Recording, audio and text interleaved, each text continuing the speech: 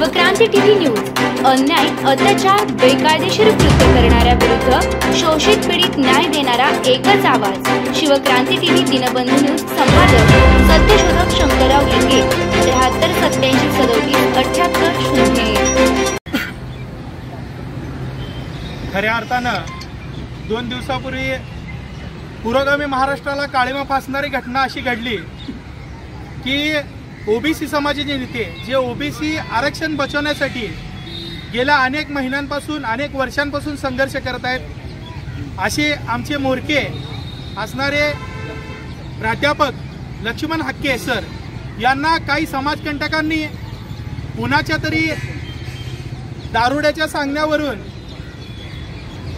त्यांना हाताला धरून फरफट्यात नेऊन या ठिकाणी त्यांची ज्या पद्धतीने दारूची टेस्ट केली गेली यापुढे ही फरफट फक्त लक्ष्मण हाकेंची साहेबांची नसून त्या आतापर्यंत गावामध्ये ज्या ओबीसी समाजाला ही माझ्या ओबीसी समाजाची फरफट आहे असं मी या ठिकाणी जाहीर करतो। आणि त्याचबरोबर येणाऱ्या काळामध्ये या सोलापूर शहरामध्ये आणि त्याचबरोबर महाराष्ट्रामध्ये आमच्या नेत्यांना ज्या पद्धतीने फरफट झाली त्याच पद्धतीनं गच्चीला पकडून यांच्या नेत्यांची सुद्धा आम्ही फरफटत नेऊन या ठिकाणी आम्ही दारूची टेस्ट करून त्यांना देखील आम्ही या पद्धतीनं ज्यावेळी एखादा योद्धा पराजित होत नाही त्यावेळी काही लोक या ठिकाणी त्याची बदनामी करत असतात। अशा पद्धतीचं बदनामी करण्याच्या विरोधामध्ये आम्ही मानहानीचा दावा दाखल करून आणि याचबरोबर त्यांना लक्ष्मण हाके सर असतील इतर काही नवनाथ वाघमारे असतील यांसारखे ओबीसी नेत्यांना Z+ सुरक्षा मिळावी। आणि त्याचबरोबर येणाऱ्या कालावधीमध्ये आम्ही ज्या पद्धतीने आम्ही शांत बसलो होतो आम्ही बाबासाहेबांच्या संविधानाला मानतो त्यामुळे आम्ही शांत आहोत। येणाऱ्या कालावधीमध्ये ईट का जवाब पत्थर से देण्याची वेळ जरी आली तरी ओबीसी बांधव या ठिकाणी स्वस्थ बसणार नाही। लवकरात लवकर योग्य ती कारवाई करून या ठिकाणी ओबीसीचा जे आरक्षणाचा प्रश्न आहे तो लवकरात लवकर आरक्षणाचा मुद्दा सोडवावा अशी मी महाराष्ट्र शासनाला एक विनंती करतो। येणाऱ्या कालावधीमध्ये तीव्र आंदोलनाचा इशारा देतो। आणि त्याचबरोबर काल सोलापूरच्या पावननगरीमध्ये हुतात्मा नगरीमध्ये काही 2 नंबर धंदेवाले आणि काही सुपारीबाज लोकांनी या ठिकाणी आमच्या लक्ष्मण हाके सरांना जोडे मारो आंदोलन केलं। येणाऱ्या कालावधीमध्ये त्यांना देखील आम्ही त्याच पद्धतीनं आम्ही उत्तर देऊ आणि नक्कीच आमच्या हाके सरांचं आम्ही समर्थन पूर्णपणे करतो।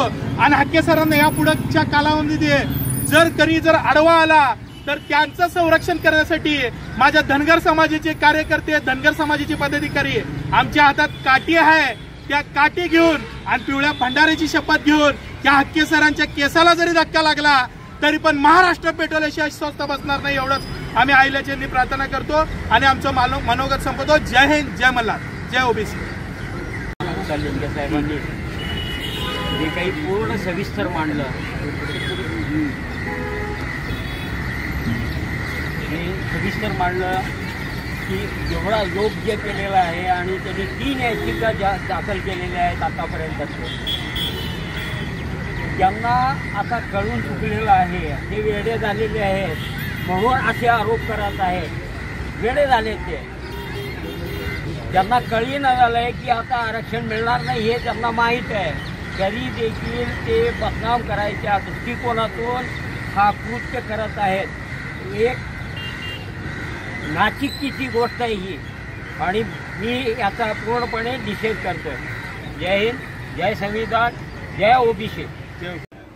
त्यामुळे आम्हाला एक समजू नका आम्ही 200 विद्यार्थ्यांना शिकवण्याचं काम करतोय। 200 विद्यार्थ्यांना त्या पालकांसोबत आमचे संबंध असतात। आम्ही सामाजिक काम करतोय। शिक्षक हा सामाजिक प्राणी आहे त्यामुळे शिक्षकाला एकाला एक समजू नका। जर समजा सरपंचांचं आंदोलन झालं एका दिवसात प्रश्न मिटताय शिक्षकांचं काही मिटत नाही। जर समजा कोतवालांचा प्रश्न आता निर्माण झालाय आता आलंय आणि गेलं सुद्धा एका दिवसात च्या मायला नेऊन आमचा 46 दिवसापासून प्रश्नच मिळाला आणि कमीत कमी आम्ही सर तुम्हाला बोलायचं का तिकडे बघा ज्या मायला आम्ही त्या सचिन तेंडुलकरनं त्यांना भारतरत्न दिलाय त्यांनी किती सेंचुरी मारल्या माहित नाही मात्र आमच्या एवढ्या सेंचुरी झाल्या आम्हालाच माहित नाही आमच्या आंदोलनाच्या सेंचुरी झाल्या पण तरी आमचा प्रश्न मिटवणार अरे आम्हाला भारतरत्न देऊ नका हो काही गरज नाही पोटाची भाकर द्या काय आम्हाला आमच्या पोटाची भाकर द्या आणि आपण भारतीय राज्यघटनेमध्ये एक मुद्दा नमूद आहे समान काम भेटते का तुम्हाला भेटते का तुम्हाला अरे खरोखर आपण या सगळ्या लोकांनी एक उठाव केला पाहिजे जेही सत्ताधारी पक्ष आहेत यांना एकदा हरून पडा काय एकदा खरोखर यांना हरून पडा कारण आम्हाला कायमस्वरूपी एक मंत्री भेटले कायमस्वरूपी सत्ता कोणाची हो सत्ता कोणाची हो आम्हाला कायमस्वरूपी मंत्री भेटले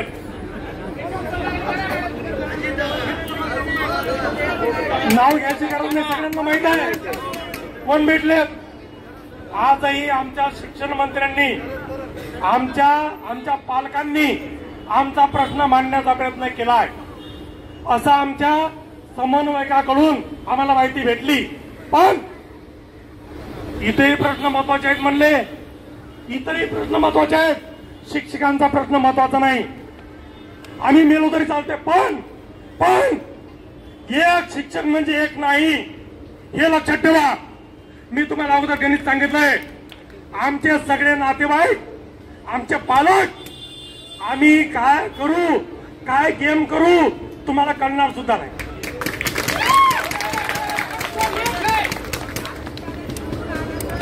तर आम्ही काय गेम करू कारण की शिक्षक हा गेम प्लेअर आहे काय शिक्षक हा गेम प्लेअर आहे तो गेम घडवतोय आणि जेव्हा आम्ही गेम करू तेव्हा तुम्हाला कळणार सुद्धा नाही आम्ही काय गेम केलाय म्हणून त्यामुळे मित्रांनो सगळ्यांनी एक लक्षात ठेवा तुमचे सासू सासरे काय तुमचे मेवणे तुमचे जवाई म्हणजे आपण बहीण दिलेल्या आपले मायबाप इकडे बघा एक शिक्षक माझ्या मते 25 मताचा हक्कदार आहे एक शिक्षक आणि या येत्या निवडणुकीमध्ये आम्ही दाखवून देऊ आज आमचा कलेच्या काळ तपतोय आमचं आम्हाला माहित आहे 45 दिवसापासून 46 दिवसापासून इथं बसून आहेत तो आमचा अवलिया हा याला कामधंदे नाहीत आम्ही त्याला काम लावलंय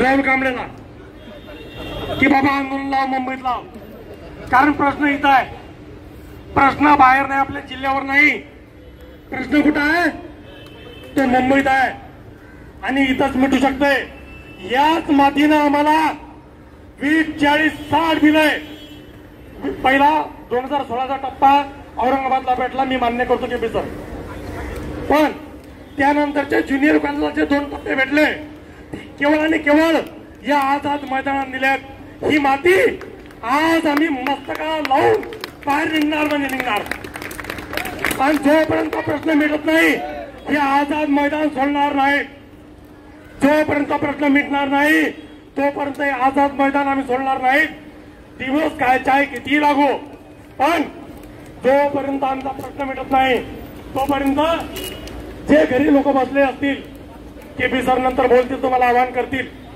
मी तो विषय बोलत नाही मंत्रातला विषय आपला विषय नसते आपण या मातीतले माणसं आहेत मी पाठपुरा कधीच जात नाही करायचं काय या मातीवर मला करमत आहे मी मंत्रात तुम्हाला कधीच नाही मी जात बी नाही जर माझं वैयक्तिक काम असलं मी जाईल माझं वैयक्तिक काम असलं तर पण मला माहित आहे न्याय फक्त ही माती देऊ शकते.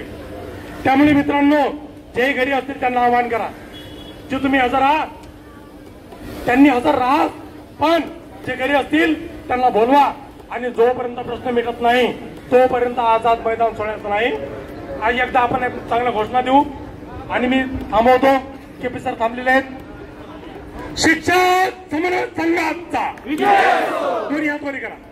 शिक्षक समन्वय संघाचा, शिक्षक एकजुटीचा, शिक्षक एकजुटीचा, 100% उधार, 100% पगार, 100% पगार. ताई, त्रिकोणाताई आणि साहेब, जर राग आला असला तर वाईट वाटून घेऊ नका. त्या माझ्या भावना होत्या. आणि प्रेस नोट जर वाटलं, जर राग जरी आला असला तरी चालतंय, मला काही फरक पडत नाही. पण दोन्ही पक्षांना, दोन्ही मेन पक्षांना आमचा इशारा आहे, शिक्षकाला एकट्याला एकटा समजू नका. शेवटचा इशारा आहे. धन्यवाद. ठिकाणी मंचावर एखाद्या आयोजकांनी दिलेली भूमिका, मुख्य समन्वयकाने दिलेली भूमिका ही एकता अंतिम राहते. आणि ती भूमिका जर आमच्यापैकी जर कोणी बोललेलं असेल तर ती गोष्ट वेगळी आहे. एक सामान्य शिक्षक म्हणून त्यांनी त्या माणसाची भूमिका या ठिकाणी मांडलेली आहे. तो इथल्या माणसाने काँग्रेसचं समर्थन केलं नाही, त्या माणसाने शिवसेनेचंही समर्थन केलं नाही. दोन्ही पक्षाला सावधानतेचा इशारा केला. दोन्ही पक्षासोबत आहे, जो काम करेल आम्ही त्यासोबत आहे. पहिली गोष्ट, सकाळी आपण काय सांगितलेलं आहे, शिक्षक समन्वय संघ हा राजकीय मंच नाही. सकाळीच मी सांगितलं का नाही तुम्हाला, सकाळी विषय झाला आपला त्याचा, शिक्षक समन्वय संघाचा राजकीय स्टेजचा वापर आम्ही होऊ देणार नाही. का झाल्यास त्याचा काय करतो हे मी तुम्हाला सांगितलं, यांच्या समोर सांगायची गरज नाही, पुन्हा सांगायची गरज नाही. मी ते करणार नाही. कार्यकर्ता मी केपी सरांना विनंती करतो, केपी सर आपलं पुढचं कंटिन्यू करावं, वेळ संपत आलेला. शिक्षक समन्वय संघाच्या आंदोलनाचा अण्णा अनेकांची मनोगत झाली. आमचा कायम शब्द निघला, पण मंत्री तो कायमच आहे, अशी एक भूमिका त्यांची होती. त्या व्यक्तीनं आजपर्यंत वेळोवेळी वेगवेगळ्या ठिकाणी सांगितलं की तुम्ही लिहून दिलंय, ॲफिडेव्हिट दिलंय.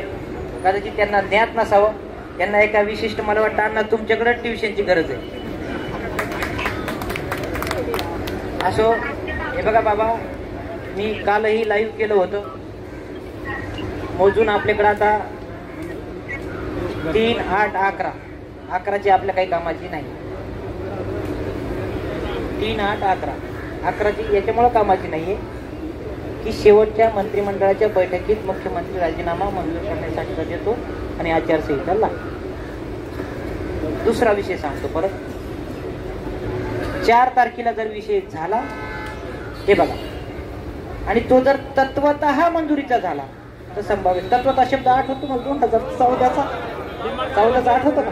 तत्वतः मंजुरी आहे ना. तत्वतः जर विषय झाला ताईस आहे बरं काय, त्रिकोणात आहे, तुम्हाला तुमचे माहिती नाही, तुमचं ज्ञान माझ्यापेक्षा चांगलंच असेल मला खात्री आहे, परंतु ज्ञानात भर म्हणावी. शिक्षक समन्वय संघाचं म्हणणं आपल्याला त्यांच्यापर्यंत पोहोचायचे. तुम्ही तिकडे वर्षावर जाते असं कळते त्यांना घेऊन. तत्वतः मंजुरी जर भेटली तर 8 तारखेच्या मंत्रिमंडळाच्या बैठकीत काय होईल, विषय सविस्तर मांडायचे आदेश होतील. सविस्तर मांडलेल्या विषयाला पुढच्या कॅबिनेटमध्ये अण्णा अप्रूव्ह घ्यावा लागतो, बरोबर आहे की नाही? पण 11 तारखेच्या कॅबिनेटला अप्रूव्ह मिळणार नाही. विषय संपला. आपल्यासोबत राहिले किती मंत्रिमंडळाची बैठका? फक्त 2. पहिली गर्दी झाली, चर्चा झाली होती, आपण शांत राहिलो, बरोबर आहे की नाही? सोमवारच्या मंत्रिमंडळाच्या बैठकीत होणार आहे असं सांगितलं, गर्दी झाली, चर्चा झाली. दुसरी मंत्रिमंडळाची बैठक झाली, काल आज झाली, त्याच्यानंतर शुक्रवारी होणार आहे असं सांगितलं.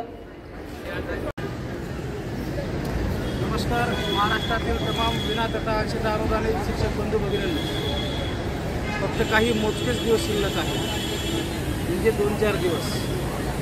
आणि खरोखरच या 2-4 दिवसाचं सोनं जर तुम्हाला करायचं असेल, आतापर्यंत तुम्ही केलेला सुद्धा त्याग आणि आतापर्यंत तुम्ही केलेले सुद्धा प्रयत्न, इथं आलेला सुद्धा त्याग जर तुम्हाला सत्यात उतरवायचा असेल तर फक्त येणारे जे 2-3 दिवस आहेत ते खूप म्हणजे अतिशय महत्त्वाचे आहेत.